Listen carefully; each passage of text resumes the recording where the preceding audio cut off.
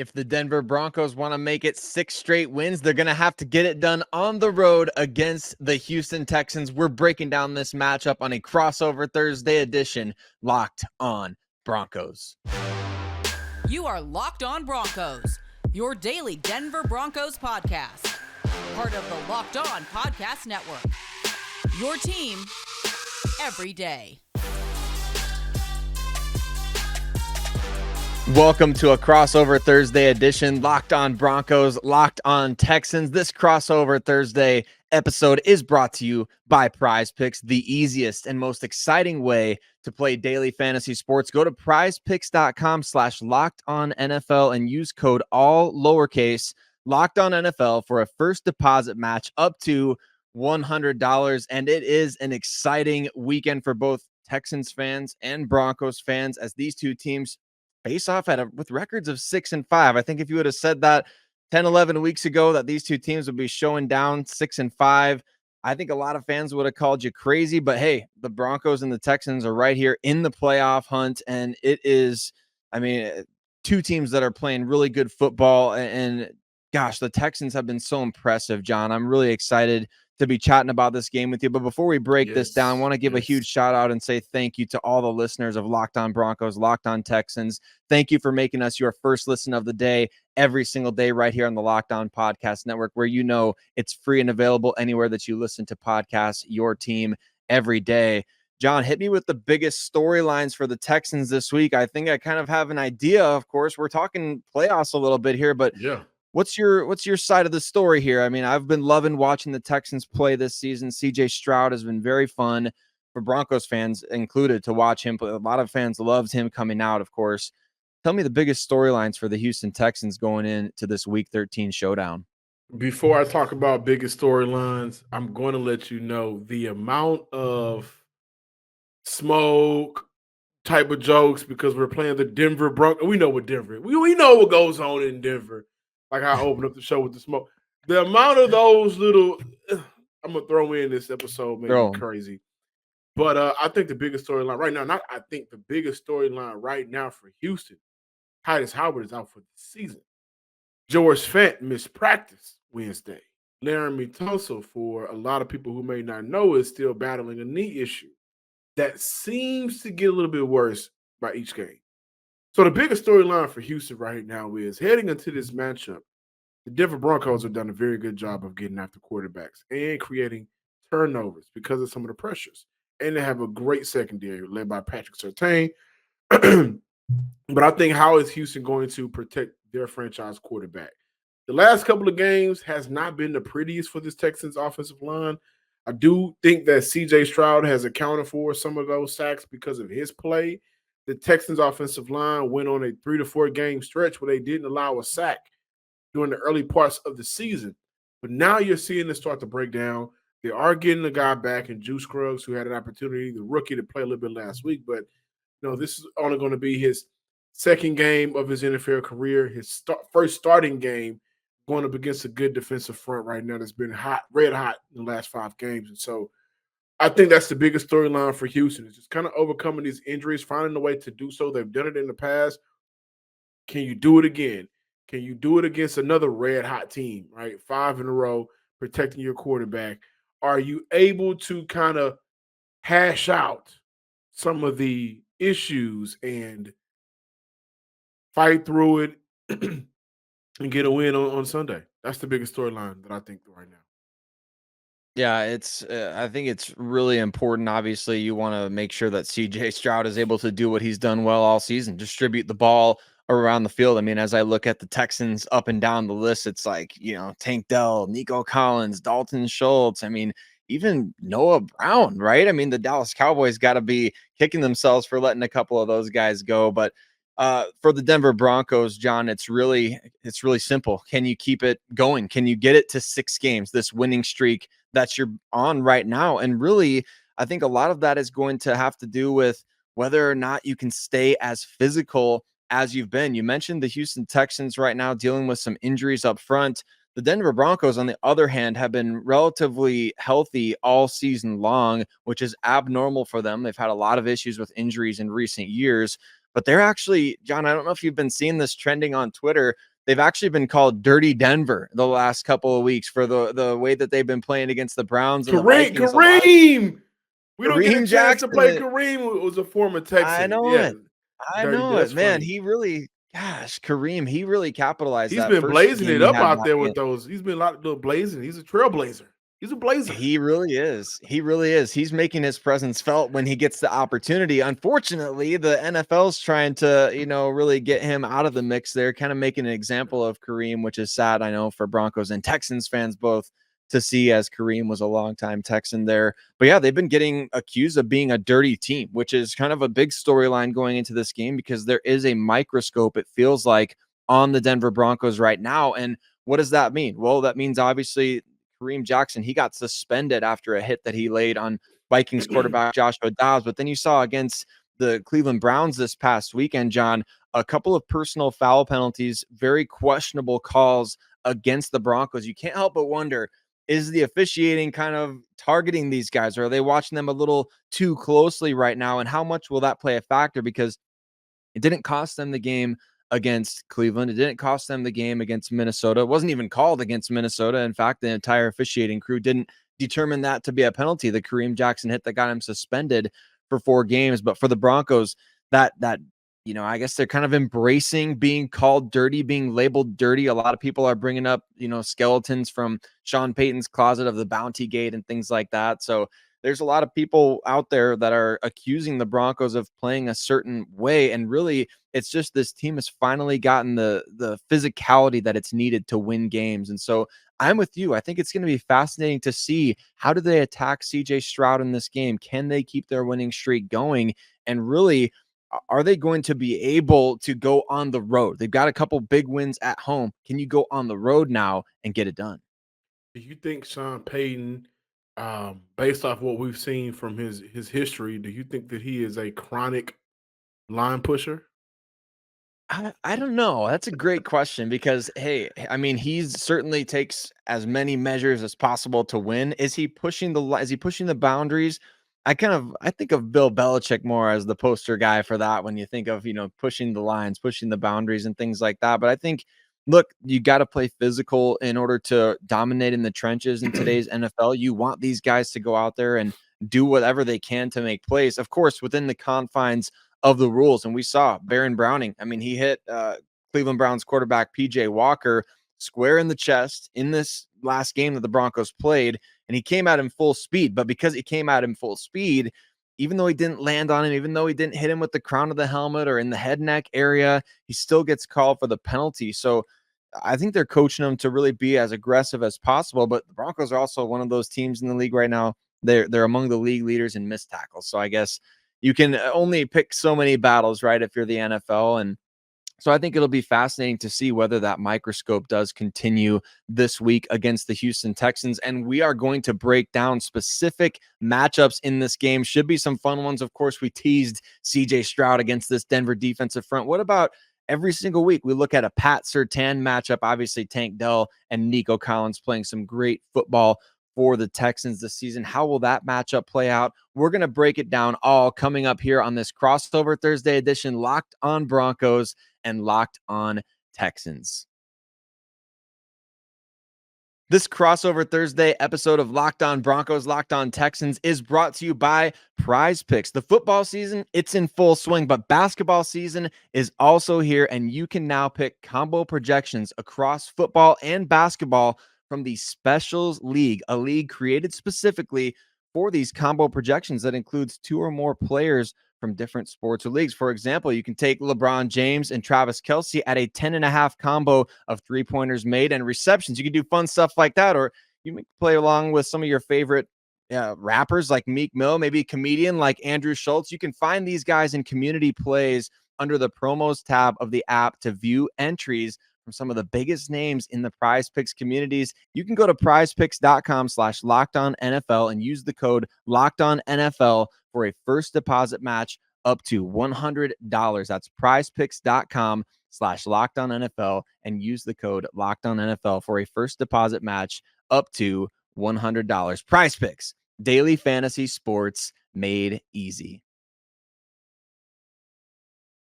We're going to talk about some big-time matchups in this game, including potentially the trenches for Denver going up against that offensive line, maybe a little banged up for the Texans. Some matchups at receiver for Houston and the secondary of Denver. I can't wait to break it down. But, hey, John, we got to give another shout-out to everyday listeners of the shows, Locked On Broncos, Locked On Texans. So grateful for every single one of you joining us, however you choose to do so. Free and available everywhere that you listen to podcasts, as well as you can find us on YouTube, where I don't know how it is for Texans fans this year, John, but it's been a blast for Broncos fans jumping in the comment section over there on YouTube, man, getting to sound off after victory. So I'm sure it's been fun for you guys as well. And I'm looking forward to hearing from your perspective in this game. Of course, the Texans' dynamic passing attack this season. What matchups in this game are you specifically looking most forward to as the Broncos come to town? Yeah, it's two matchups, actually. Number one, with this banged up offensive line, it's definitely going to be how can play calling help out the O-line matching up against that front seven for the Broncos, right?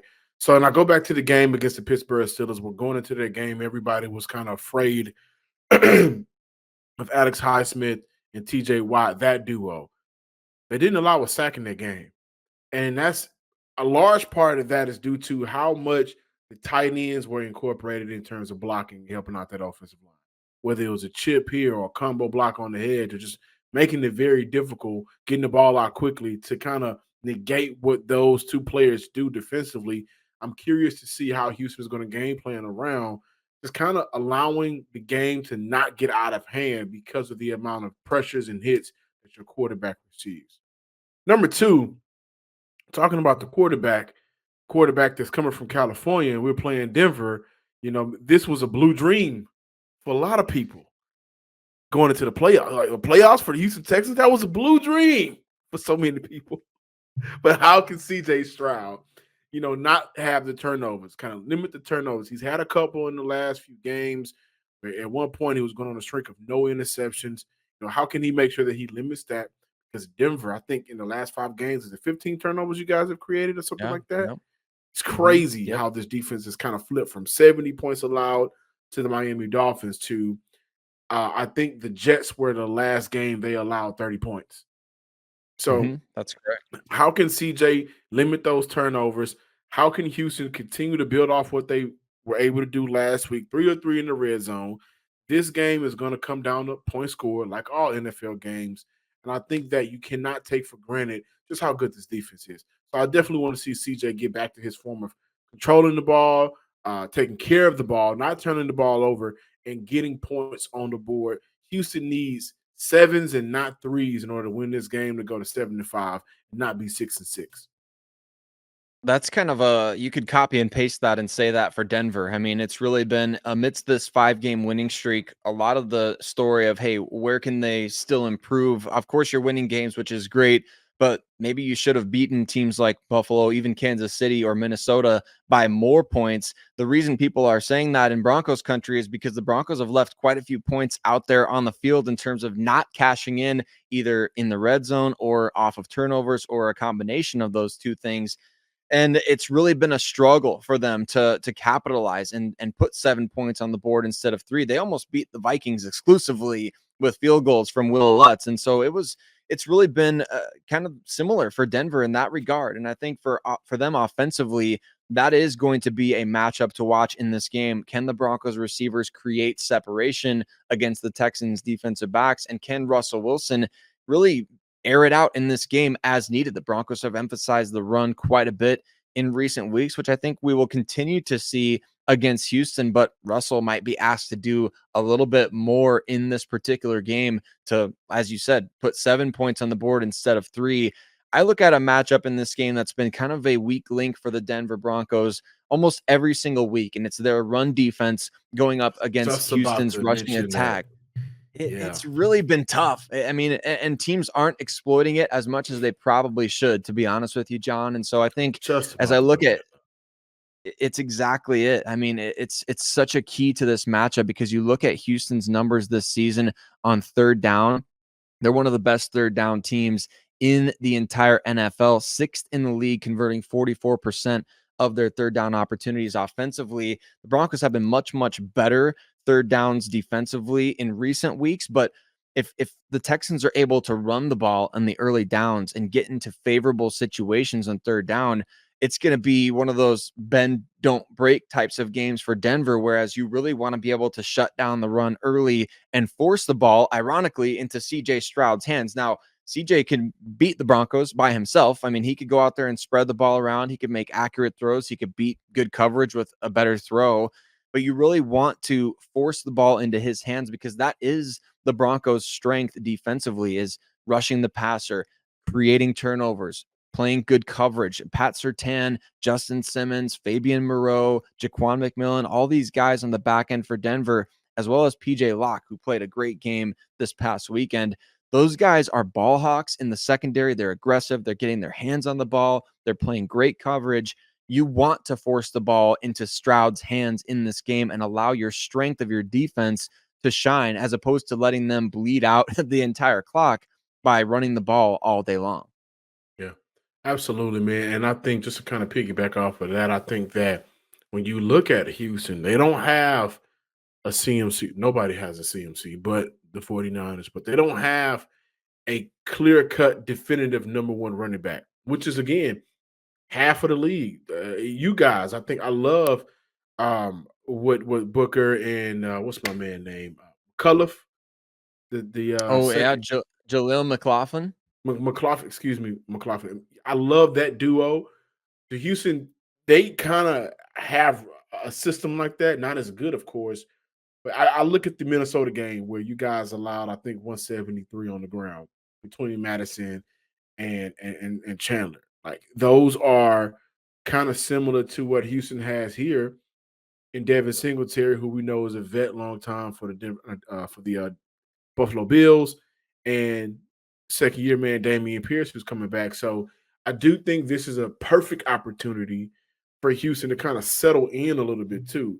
The hype around CJ is real, and you definitely want to see him have one of those moments.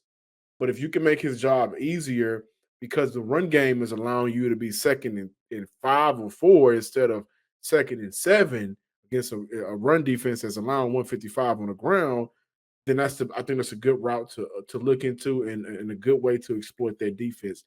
Kind of limit turnovers, kind of limit sacks and pressures. So I am looking forward to Houston doing that this Sunday. You know what's another great matchup in this game, John, is the chess match that will go on between Sean Payton, who calls the offense for Denver, and of course DeMeco Ryans, who was a top candidate for the Broncos job. Of course, the ownership group really liked him in the process, and I think the Broncos fan base was all aboard the DeMeco train, as far as, if it's not going to be a veteran head coach, it better be DeMeco Ryans. These two guys have really changed culture quickly for both the Broncos and Texans. What are your impressions? I know, obviously, I'm sure your listeners have heard this day after day. What's your impression so far of DeMeco Ryans after early rumors that he may not even want to interview for the job? He took the job. He's done an amazing job. I've been really enjoying it. He's just one of the, in my opinion, one of the best coaches in the league right now. What's been your impression of him on the sideline leading the charge? Do you believe in energy? That energy trap. DeMeco, and I forget the equation, the scientific explanation of it, but DeMeco is energy cannot stay still.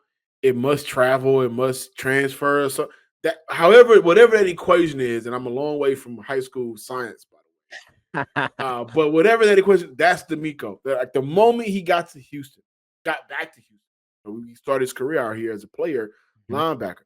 The moment he returned through those doors, energy cannot die. It only was transferred to one guy, then that guy to the next guy, then that guy to the player, and the player to the.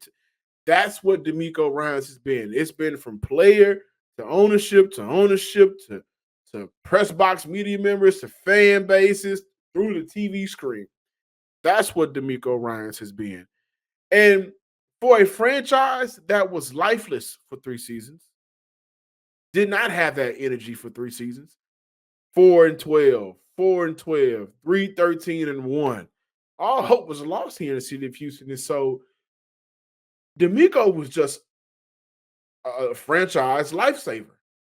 because of what he was bringing, man. I mean, the red carpet they rolled out for him, the red towels, the cap T-shirts, everything, man. D'Amico has been absolutely 100% without a shadow of a doubt the right decision and move.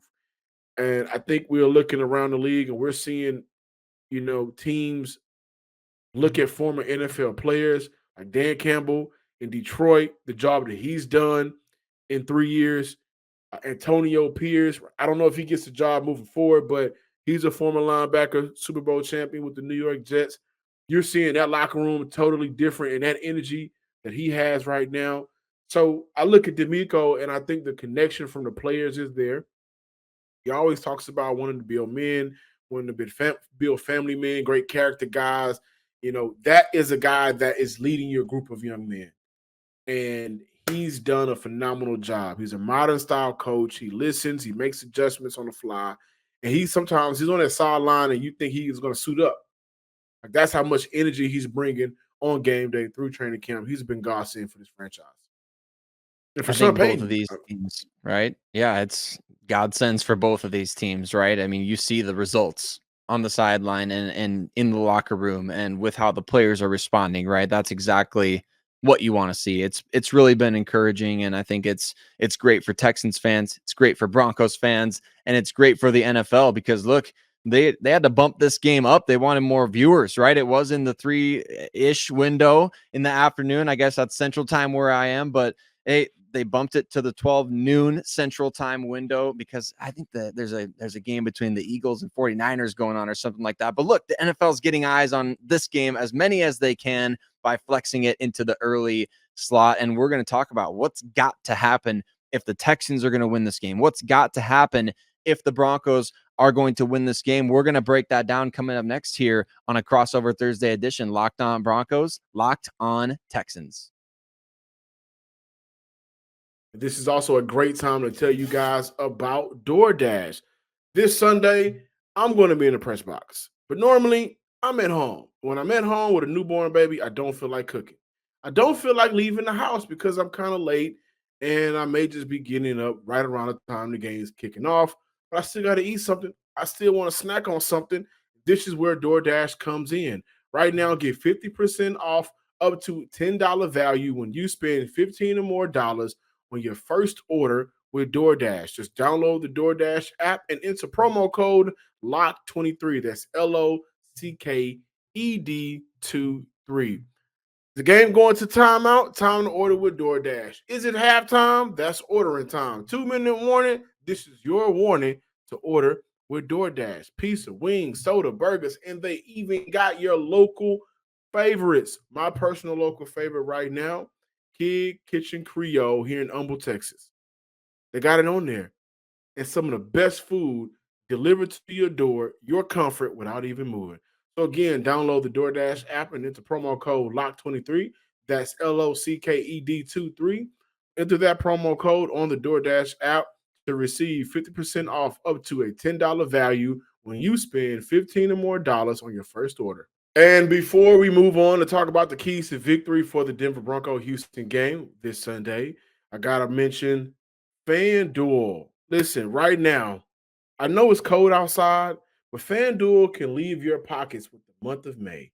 Right now, new customers get $150 in bonus bets with any winning $5 bet right now. That's $150 right in your pocket if your team wins. If you're thinking about joining FanDuel, there's no better time to get in on the action. The app is super easy to use. There's a wide range of betting options, including spreads, player props, over-unders, and much more. So do me a favor. Take time out of your day. Pull out your phone. Visit FanDuel.com/locked-on and get in the mix of the NFL season right now because FanDuel is the official partner of the NFL.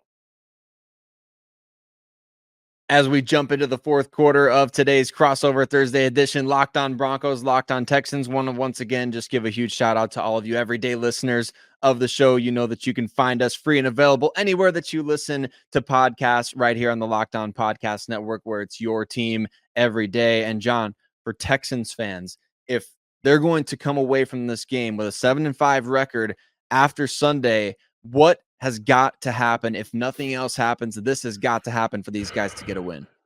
They have to control the time of possession.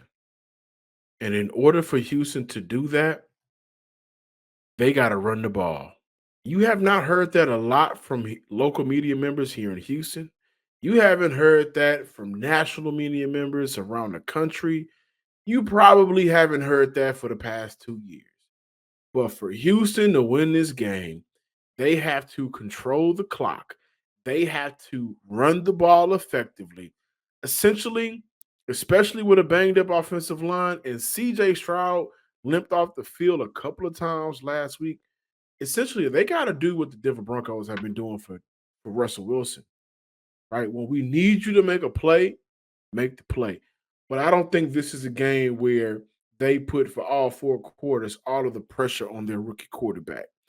In the past 2 years, 3 years actually, since DJ Reader left, this has been a team that teams have been traditionally been able to run on.